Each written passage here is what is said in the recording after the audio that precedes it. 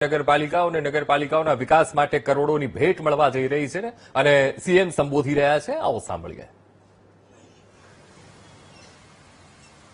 અને પ્રજાજનો માટે પણ આ જ વિષય છે કે ભાઈ આપણે જે વિકસિત ભારતની વાત કરતા હોઈએ તો નાની નાની કમ્પ્લેન આપણા માટે હેરાનગતિ મોટી ઊભી કરે છે.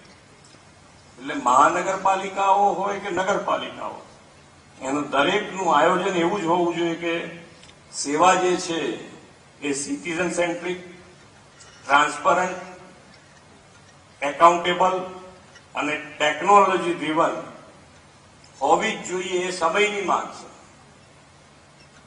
આ ચારે ચાર વસ્તુ ઉપર જો તમે ધ્યાન રાખો તો જ હવે આપણે અત્યારે ટેકનોલોજીનો જેટલો મેક્સિમમ ઉપયોગ થાય એટલો કરી શકાય એવો જ છે અને કરવો જોઈએ. કેમ નહીં કરવા?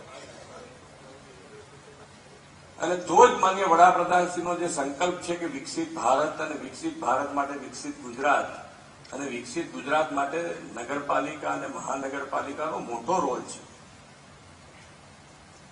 ગ્રીન કવર વધારવા માટે દરેકે દરેક ટીપીમાં 1% રાખ્યું છે ને, 1% ગ્રીન અર્બન માટે રાખેલો છે. દરેકે દરેક એટલા પ્લોટ તમને મળવાનો છે ત્યાં તમારે ગ્રીન કવર વધારવાનું છે. જે બીજું વધારો એ તો જુદું, ગાર્ડન ને બધું કરો એ તો જુદું. આ કમ્પલસરી કરી દીધું છે.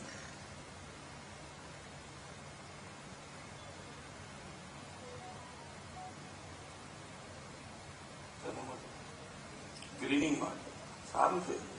નગરપાલિકાઓ 10 લાખ ગ્રીન કવર વધારવા માટે મળ્યા છે. 10 લાખ રૂપિયા જેટલું તમારું નગરપાલિકાનું બજેટ નહોતું એટલા તો તમને ખાલી ગ્રીન કવર માટે મળ્યા છે.